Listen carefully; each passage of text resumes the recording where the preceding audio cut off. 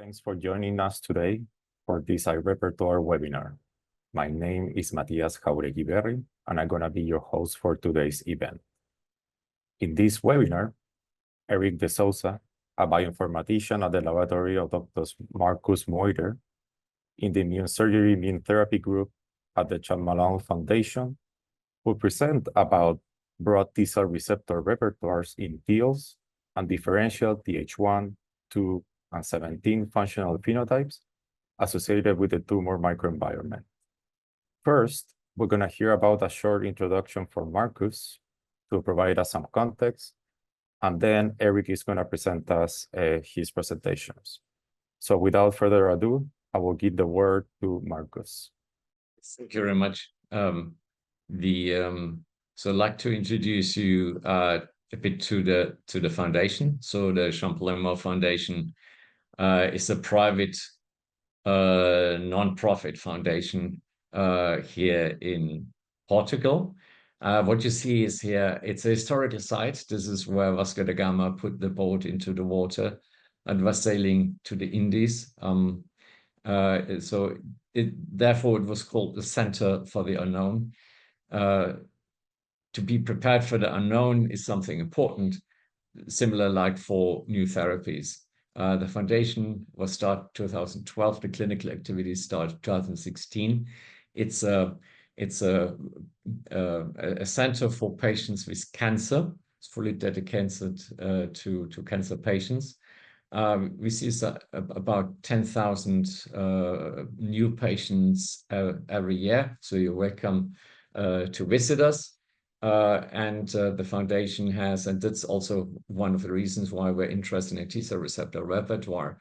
We are finishing now so-called the CC. It's the cell center at the Jean Malone Foundation with 11 production rooms for GMO and non-GMOs for the cell therapy of patients with cancer. The next slide. It shows the complexity if you look at TIL tumor-infiltrating lymphocytes. And Eric is going to embark on this, why this is such an important step, what happened this February 2024. But there is a heterogeneity in the tumor based on a number of mutations, frameshift mutations, single nucleotide mutations, indels, and so on. But this is in part matched also with the T-cell receptor repertoire. So we need to be one thing in mind, whatever one is trying to attempt with TIL therapy. The patient can only respond with the T-cell receptors that are available at a given time. So it's dependent on the availability of T-cell receptor clonotypes. And this is also dependent where these clonotypes are being harvested from. So it depends from which metastatic lesion, which area of the tumor. There is a broad diversity. People think that about 10% of the TIL are directed against viral targets. It's not only alpha beta T cells, there are mite cells. We're going to hear about them. Some of them are gamma delta T cells. And the question is still open: what is bystander and what is really targeting tumor-associated antigens that may be neoepitopes or commonly shared targets. In the next slide, so essentially we're looking at the patient pretreatment, the tumor lesion, then the product, the T cells are being expanded and prepared for infusion, and then maybe a number of measurements, genetic engineering, host-directed therapies, in order to look at these TILs in greater detail and to edit the product. In the next slide, we see all the limitations. This is spatial transcriptomics. So the tumor from which these TILs are harvested are enriched with IL-6, TGF-beta, BHL-HE40, which is associated with T-cell invasiveness and polyfunctionality. Usually in epithelial cancers, these are the cancers that we're looking at today. We see more CD4s, but also some CD8 positive T cells infiltrating into the tumor. But we also see some gamma delta T cells, and we will mention them as well. And the next slide is essentially, this shows the heterogeneity, not only regarding point mutations, but if we look at this donut structure of TIL, there are almost no viable tumor cells. So something important happened here that obviously did their job. Would be very interesting to harvest these T cells and look at the T cell receptor. And in the next slide, we see T cells that are surrounding very viable tumor cells. So something may not have happened. So what is being expanded may be very low frequency, but may also come with a different experience in the tumor tissue. And this is what we're looking at. So it's an objective molecular definition of the infiltrate after an expansion protocol. In the next slide, this is going back almost 25 years ago. And this reminded me yesterday that this has been around, the wish to objectify, to gauge the T cell receptor repertoire. What we did 25 years ago, we measured very, very naively the length of the T cell receptor, which is usually for alpha beta T cells 11 amino acids long. And we are all created equal. We are all born with a Gauss distribution, but the amino acids at each positions are different. And we were able to show in blood that hepatitis B vaccination expands certain clones, and also in a patient with cervical cancer, that part of the virus of peptide was a clone that was HLA-V beta 16, and we were able to locate this.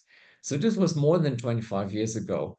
Now I think we have a much more robust way to gauge these different aspects. Where do the TILs come from?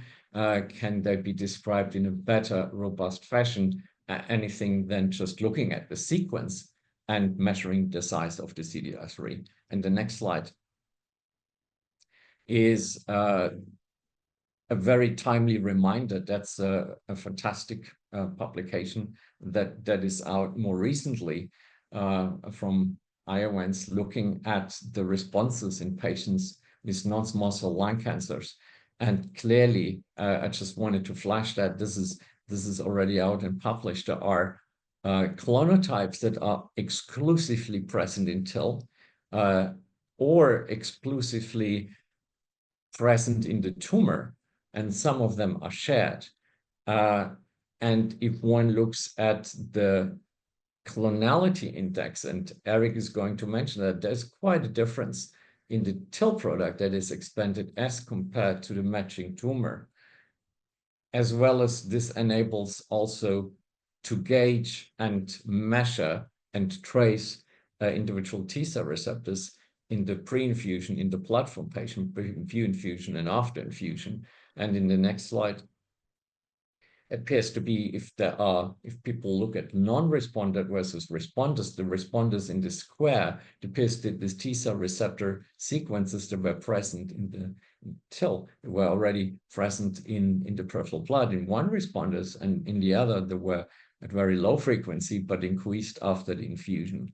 So there's definitely not only fascination but also an unmet need in order to gauge the diversity and see what is the molecular definition of the product that is being infused in the patient, and how can this be used in research, development, and potentially also gauging therapies.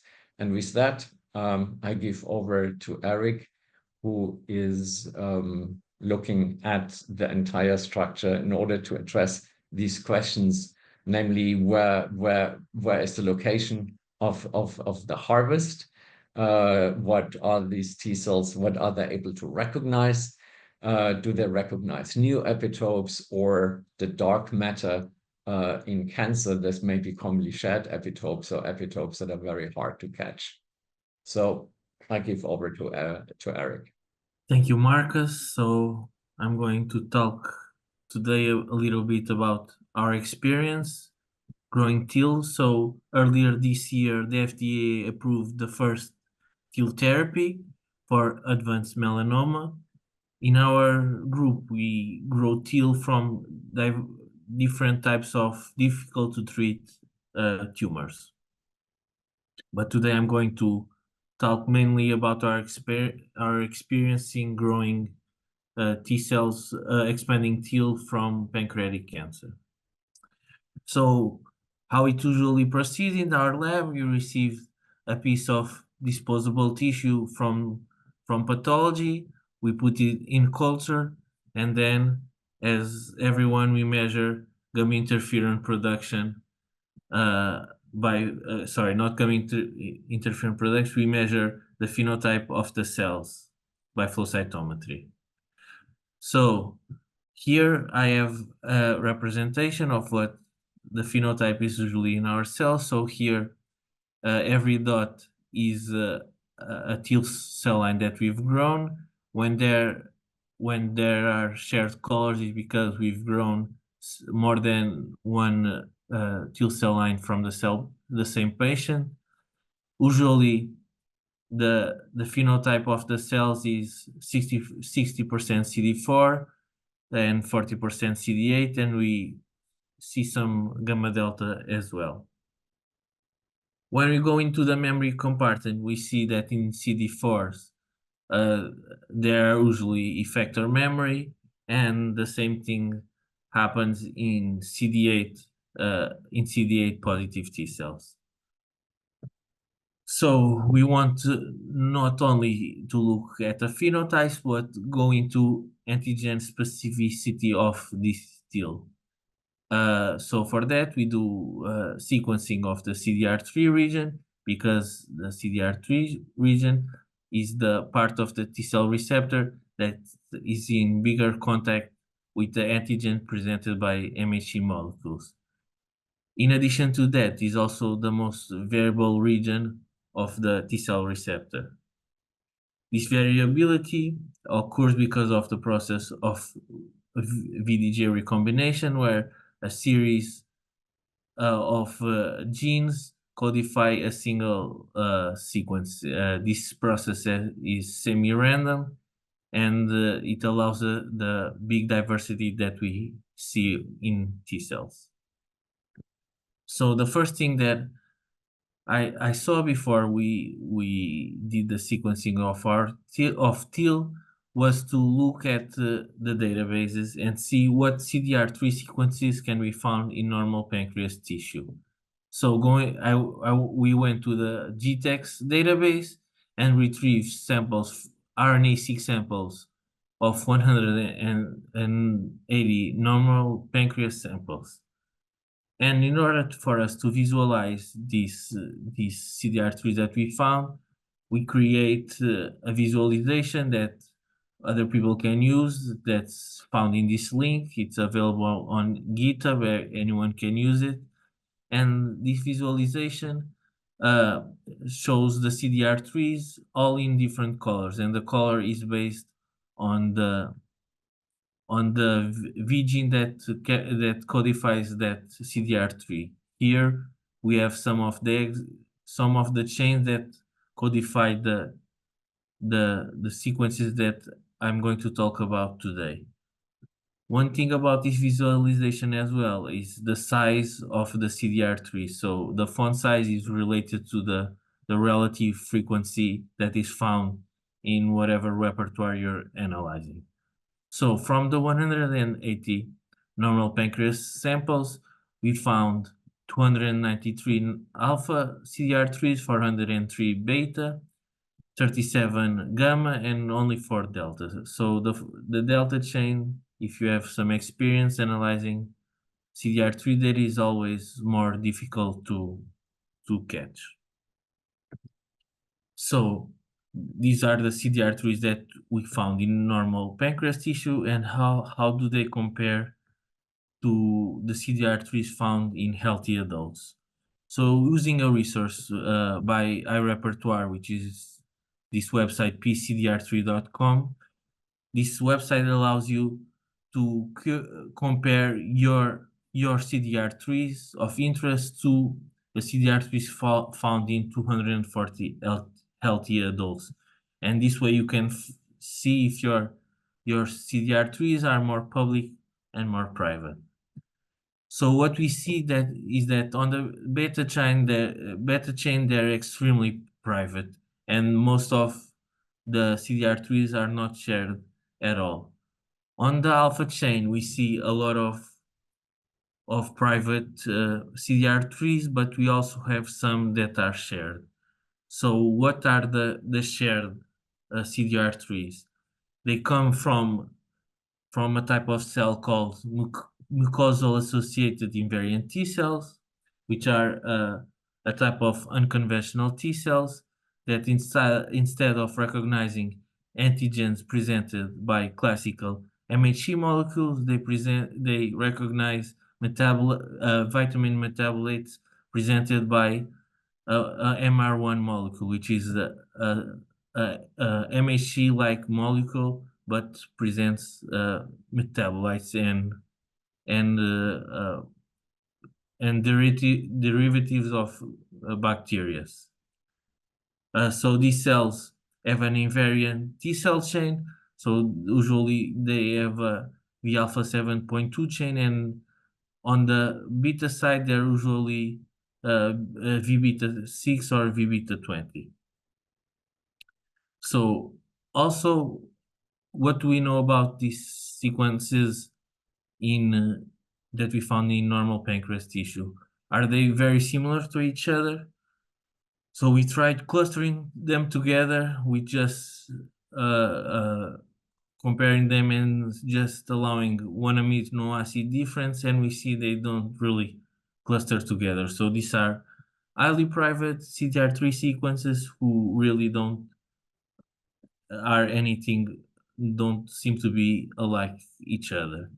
And then we want to know if they are specific to any known epitope. So going into the databases, IEDB and CDAR, we found that using a prediction algorithm, we have that 72 out of the 43 CDR3 have potential epitopes, but most of the epitopes are from viral origin. The only epitopes from human origin I have listed here. So now that we've looked at normal pancreas tissue, we needed to look into pancreatic tumors. So going into the TCGA database, we selected 144 PDAC samples, and we repeated the process that we did for the normal pancreas tissue. Here we find a much more higher number of CDR3s, which is expected. There's more infiltration in tumors than in normal tissue. So again, we wanted to see if they were very public or not. And we see that on the beta chain, they're highly private. And on the alpha chain, they're also private, but there are some that are shared. Again, looking at the data, most of them are related to mite chain, to mite cells and its invariant chain. So again, we try to cluster the sequences by the similarity of their sequence. So we build a visualization that each dot represents individual TCR, CDR3. The size is dependent on the frequency, and if the dots are connected, they're different. But if they're connected, that means they have a single amino acid difference and they are very similar. So on the beta side, we see that they are all very different and they don't cluster together very much. We only find 80 beta clusters, and none of them are very big. The biggest one has 4 CDR3s connected. On the alpha chain, we see much more clusters, 215. The big cluster that we see in the middle is related. I don't know if I have a pointer. the big cluster that we see in the middle is once again related to mite cells. Also, our results are expected because the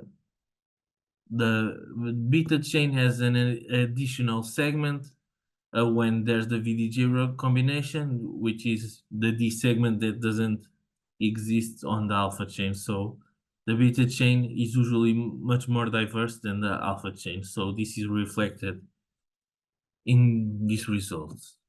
So again, we want to see if there's any antigens that might be relevant to us, and we look at we did the prediction again now for the pancreatic cancer CDR3, and we find again some of them that are from human origin. And one thing that is interesting is we see a lot of TCRs that are reactive to insulin, which makes sense. Our samples come from pancreatic tissue. Now we wanted to compare the CDR3s found in the pancreas tissue and in the normal pancreas tissue and in the tumor tissue. So what we see is on the beta chain, there's nothing in common. And on the alpha chain, there's only 8 chains that are shared between the normal pancreas tissue and the PDAC. And 6 of them are, once again, it's a story a bit that repeats itself, but is expected. The shared ones are mostly mite cells. When we allow, instead of an exact match, but a match with one amino acid difference, the increases. So we started having shared sequences on the beta chain, and the number increases a bit on the alpha chain as well. Again, the most dominant ones are mite, and on the beta chain, we assume that it's also from the V beta families that are associated with mite cells as well. So now that we've established a good methodology of looking at CDR3s, we want to start doing TCR sequencing on the tumor and the TIL that we grow in the lab. So using iRepertoire's proprietary technology, where you can, in a single reaction, prepare a library for the sequencing of the 4 chains of the TCR, we do sequencing of the tumor, and here I'm presenting 3 cases of pancreas cancer that we have received. And we see that we find a very diverse repertoire of TCRs. And after expansion, we can have 2 main conclusions: that after expansion, the diversity is also very high, but the clones are a bit different. So we don't see the same clones that were dominating in the tumor dominating the repertoires after expansion. So we want they seem to remain diverse, the repertoire, but we want to measure it somehow. So we measure it using seven different indexes. So we count the number of CDR3s, we calculate convergence, which we here assume that is the frequency of CDR3s that are coded by more than one nucleotide. We use the 50 index, which is the T cells that dominate half of the CDR3s that are counted in the sample. We use the Gini coefficient, which means if there are CDR3s that dominate the sample or not, so it measures inequality. We have the Shannon index, which measures the entropy. We have the Gini-Simpson index, which is the inverse of the probability of selecting 2 different CDR3s and them being the same.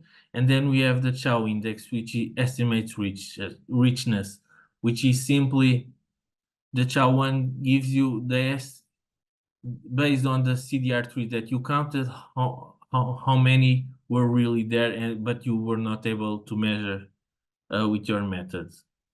So in order to make this more simple, we created these radar plots, which in each axis we see one of the indexes that I mentioned before. So what we see is there's not much, even though it looks a bit different, there's not much difference between in terms of diversity before and after expansion. So in light colors, it's the TIL that were found in the tumor, and in dark color, the TIL after expansion. So we see usually here these big increases in SHA1 and CDR3s, total CDR3s, which is expected because the RNA in TIL has more quality than in the tumor. We see a decrease of the D50 index in this axis, and then we see an increase of the Gini indexes in another axis. But overall, with this simple visualization, we are able to intuitively see the differences in the diversity between samples. Sorry, my computer is a bit stuck. Let me see. Okay, it's come back. So after looking at diversity, we also look at the diversity, the amino acid usage in the CDR3. So this is a bit complicated figure, so I'm going to explain. On the y-axis, we have the percentage of amino acids that's being used in that position. On the x-axis, it's the position in the CDR3. The different colors represent the different amino acids. So some things we see here are very expected, like at the beginning, we always have 100% red. Why? Because it's the cysteine that always begins the CDR3. And at the end, we see a big pink because it's the phenylaline that usually ends the CDR3. So here, just for the sake of time and simplicity, I'm showing you when we compare before and after expansion, which are the positions that we see statistically significant changes. So we see changes in 7 positions in the CDR3. So what are these changes? So these are various changes. We see, for example, at position 7, a decrease of lysine usage, which is a small amino acid, but at position 13, there's an increase of tyrosine, which is a big amino acid. So what we see is that the increase of and decrease of these amino acids in the CDR3 region may lead to different flexibility of the TCR repertoire in the expanded TIL compared to the tumor tissue. So again, we cluster the CDR3s to see if they are similar to one another. So again, for simplicity and sake of time, I'm only showing the beta chain. So we see that before expansion and after expansion, there are more clusters before expansion. But there is this, again, a central cluster that's very big. And when we compare these big clusters in the center, they essentially are the same cluster. So if you look with attention to these sequences on the left side and on the right side, they usually begin with the same amino acids and also end with the same amino acid, which means they have the same V families and the same J families. So these are probably TCRs that may be associated with the same type of epitopes. So after looking at the CDR3s, what more do we know about our TIL, about the TIL? We know they are 90% CD3 positive. We know they're very low in Tregs, and we know there's an increase of CD107A after stimulation with PMA. In order to measure the epitope reactivity of the TIL, we've created this assay. So this assay is about putting in culture the TIL during 7 days with a peptide, a synthetic peptide, and then measuring the cytokine production by ELISA. So we have a general panel that we test all the TIL that's from using common antigens from the tumors we usually receive. So we have several KRAS, mutation and wild-type peptides, several MUC4, wild-type peptides, and several mesothelin peptides. But this is a good assay, which can be adapted to other things. So one of the things that this assay was done was during the pandemic with our collaborators in France. We're able to see how which part of the SARS-CoV-2 virus would affect the immune response of patients with cancer. So that was very interesting, and that's possible because this is really an assay that has various readouts. So as I said, we have the readout of the cytokines that we produce, but we also keep the cell palette, and then we can use that cell palette to measure the gene expression or do TCR sequencing. And this is exactly what we did with this case that I'm going to present. So in one patient, we did exome sequencing and identify several mutations the patient had, and we used this mutation in this protein to build a peptide based on the mutation, and we tailored the peptide to be HLA-DP restricted, and then stimulated the TIL during 7 days with this peptide, and we established an oligo cell line. What happened was we did the TCR sequencing of this TIL cell line, but we also tested reactivity. So this T cell line, when put in culture with blocking antibodies, we see that when using an isotype control or a PAN class 1 antibody, there's no really difference in cytokine, in gamma interferon production. But with an HLA-DP blocking antibody, there's 100% blocking and no production of gamma interferon.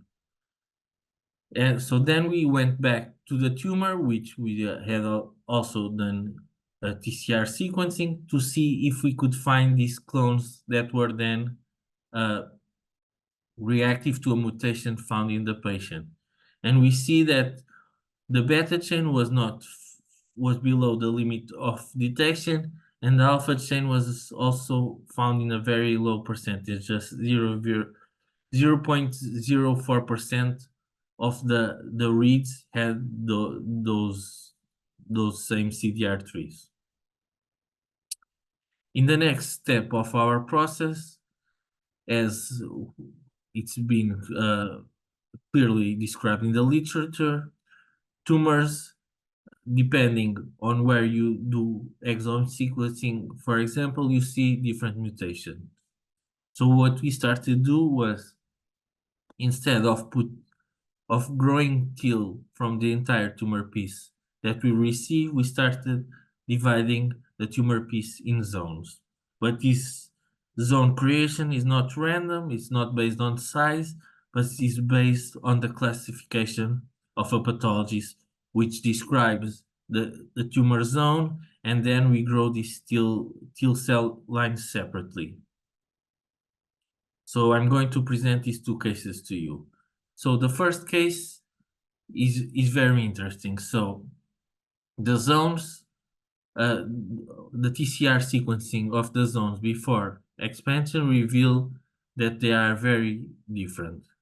After expansion, zone 1, as I demonstrated before, remains very diverse, but it's diverse based on a different set of CDR3 sequences. But zone 3, after expansion, there was like a frozen repertoire. So it's very diverse, but it is also very similar to what we saw before the expansion. So the cells that were expanded were the ones that were also dominant in the tumor. Then in the other case, what we see is the two different zones have the same repertoire, very similar, but after expansion, while one, as seen in other cases I've shown today, it remained very diverse with a diversity that's based on a different set of CDR3s than it's in the tumor, and the other zone 1, lost diversity after expansion. So again, with the assay that I presented before that we used with the tumor-associated antigen, we did the assay with our set panel of KRAS, MUC4, and mesothelin, and then measure cytokine production, not only gamma interferon, but also IL-4 and IL-17. And we see different zones show, after expansion, different cytokine recognition. So, for example, here patient FC-EC5 recognized a lot of the antigens, but it was mainly through the production of IL-4 in zone 1, but in zone 2 it recognizes half of the targets. And FC-EC4 recognized a lot of the antigen through production of gamma interferon, but in zone 3 we don't see that as much recognition of antigens, which leads us to believe that the tumor microenvironment might be imprinting these T cells in an epigenetic way. So these are the next steps in this research, is to see the epigenetic imprint that the T cells might have that comes directly from the tumor microenvironment. So what do I want you to take from today? So you can use RNA-seq to find CDR3 sequences, but the main thing is if you want to do serious research, you need to do sequencing of using a protocol that amplifies that CDR3 region, so you have high quality results. The other thing is that TIL from epithelial cancer, for example, as I shown, PDAC can be expanded and maintain and be diverse, but with a diversity that's different that was in the tumor, which means that they might have a more broad reactivity to antigens. This also is associated then with the anatomical location of TIL. So it has an impact, and that needs to be a factor when you're expanding TIL, is to know what the zone looked like before expansion. And then with TCR Cloud, the tool that I've shown you today, also you can produce visualizations which allows you to compare, for example, a patient with different time points of blood collections, tumor before and after treatment. So it's useful for you to track the difference in TCR repertoires. So I would like, just to conclude, thank my lab members. I also want to thank our collaborators, and especially iRepertoire, which has helped us a lot, especially in some challenging samples because we work with pancreatic cancer and sometimes the samples are a bit challenging, but they've been great partners, and now I'm available for questions if there are any. Thank you. Thank you very much, Eric, for your great presentation. And as you mentioned, we have a few questions that we would like to answer. And the first question will be, what are the general differences in regard to TCRs in TIL versus the tumor? So we see that they are very diverse, but what we think happens is the T cells in the tumor microenvironment are activated. And since our expansion protocol also involves activating the T cells with anti-CD3, the T cells that were already activated in the tumor die, which allows the other T cells to expand in culture, and that's why it changes. Perfect. Thank you very much for your answer.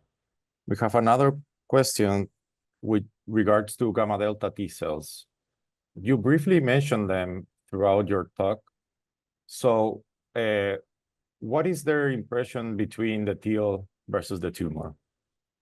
So we see that after expansion, we have usually a lot of V delta 1 T cells, but we've seen also occasionally V delta 3 and V delta 8, which are a more uncommon type of gamma delta T cells. But yeah, and regarding their sequence, since they're mostly V delta 1, since it's the same V family, in terms of sequence, they're very similar. As for all these, please use the Q&A button to answer any questions. So we have another question that regards the frequency of neoepitope-specific clones to the matching clonotypes in tumor in general. So you showed that there is zero overlap in one case of the beta and very low in the alpha. Is that in all of the cases you have tested or not? Yes, so we've done this experiment repeatedly with both peptides that are short, which means they are class 1 restricted, and long, which are class 2 restricted. And we always see that their presence in the tumor is under the detection levels or in a very low level. So what we're seeing is our expansion protocol is giving the opportunity to these T cells to expand more while they were, I guess, repressed in the tumor microenvironment. Perfect. So we have another question about if you can increase the tumor specificity of TILs by co-incubating them with irradiated tumor or tumor protein extract during the expansion. So we have not done that, but we have an assay where we test the TIL against tumor pieces that we have frozen, and we see that they react to the tumor pieces and it's blockable. So it's through the MHC presentation. So we see the TIL are working. Perfect. We have another question that says, nice presentation. Why did you conduct a recognition assay for 7 days? Is there a specific reason for that? Also, you have observed CD8 crashing during the expansion process? So no, usually our CD8s remain in the 40%. So even in exceptional cases, I remember we have a TIL cell line that it's like 90% CD8. So we don't really see any crash. Regarding the cytokine production, I'm not really sure why it's 7 days. Maybe Marcus can say, but I'm not sure. So we did many combinations. So as you may have seen in Eric's presentation, we test different cytokines. So it's very low. So very low international units of IL-7 and IL-15 in order that we take out the bias. So if we have antigen-specific stimulation, it appeared that at day 7, appears to be the peak of antigen-driven proliferation that can be measured. So this was number one. Number two, the assay has a filter. In a way, it's an inbuilt bias, because if usually T-cell receptor frequency may be 1 in a million, we use 10,000 as a starting point. So we have 100 TCRs per million. So it already gauges a certain frequency.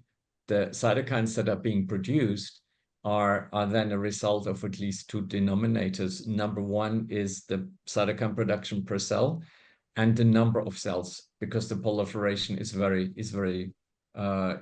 happening at day 7. The point is that using IL-7 and IL-15 it doesn't introduce a bias regarding Th1, Th17. This was in the collaboration with Laurent Sitvogel, because it didn't.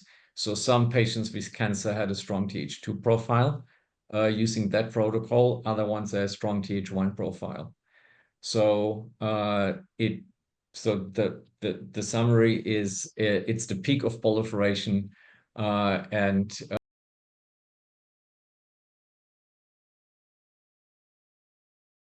which, if new cytokines are being induced by, at least it needs 72 hours. So that's the safety margin. And usually it's a convenient assay for a week. Perfect. So continuing with the expansion methods, are there primary expansions? And do you use other type of regions such as IL-2 in the process? Yes, so we use several cytokines. We start by using IL-7, 15 and 21, and then we change to IL-2, 7, and 15. Perfect. And talking about the TILs and also about your protocol, how many cells do you usually use, and what type of preservation fixation method do you prefer when analyzing them? You mean by flow cytometry? No, I think regarding the T-cell receptor sequencing for the RNA-seq, what we needed to add, we also stimulate the TIL with anti-CD3, and it's not OKT3. So it's a different antibody. It's a human antibody against an epitope in the CD3 epsilon chain. It gives a different signal than OKT3. And another component, we add an inflammasome kick in. We use cardiolipin that gives a danger signal. So it's the cytokines plus a danger signal plus a different T-cell receptor cross-linking. That's the way that helped us to improve, and also gives probably the gamma deltas a kick with the cardiolipin.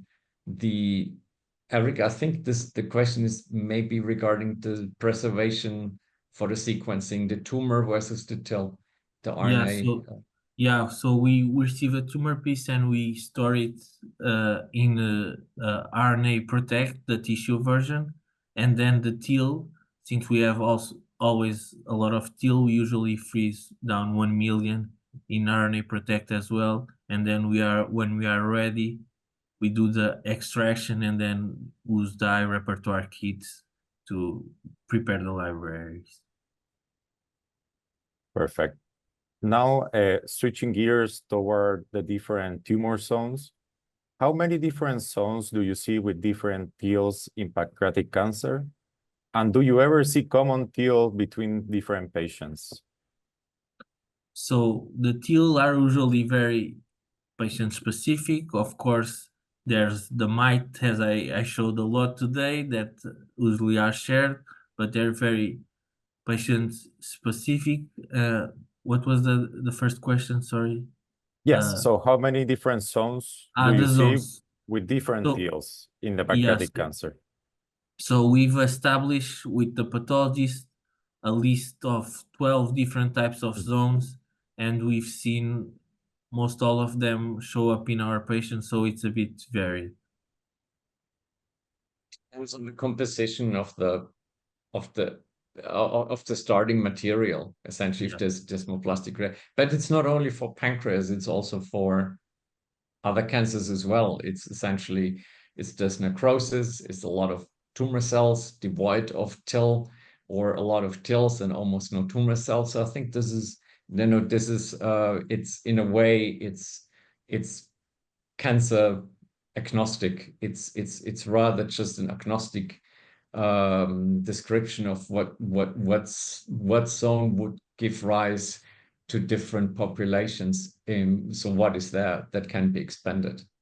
Pretty interesting. So in that regard, have you done any mouse studies with the expanded TILs? And have you seen any effect on the tumor size? Yeah, so we've not transitioned to the mouse model. We've done some preliminary experiments in a fish model using zebrafish, and we've seen reduction of tumor, but we're still on the first stages of that. We usually just receive the tumors from the clinic and then proceed to expand the TIL. Perfect. And we have time for one more question, which is CD4 T cells are very plastic and can change the differentiation state throughout time, for example, from Th1 to Th17. Have you observed any pressure from your expansion medium on their differentiation by tracking the TCR from tumor to the final cell product? So I don't think we've done that. Maybe Marcus, but I don't think we've done that specifically, no. I mean, that's a very important question, particularly with the plasticity of Th17. So that there may be the real Th17, and there may be suppressor cells, and there may be Th1/Th17, or even Th2/Th17. So Th17 have a pretty loose heterochromatin. What we know is, I mean, it can only be answered by single cell sequencing, so that's in the pipeline. What we know that a lot of metabolites during the expansion process greatly impacts on that formation, and particularly lactate, if the concentration is more than 50 millimolar. So we keep a close eye and monitor the metabolites in the medium, but the next step would really to do a metabolomic analysis on single cells and to link this with recognition. Perfect. So I want to thank you again, Eric and Marcus, for such a great presentation and answering all of these questions. If we didn't get to your question, we will reach out to you via email. And if you have any additional questions about iRepertoire's technology or any other questions, please feel free to contact them at info@iRepertoire.com. And again, thank you, Eric and Marcus, and we thank you for your time and such a great presentations. And everybody have a great day.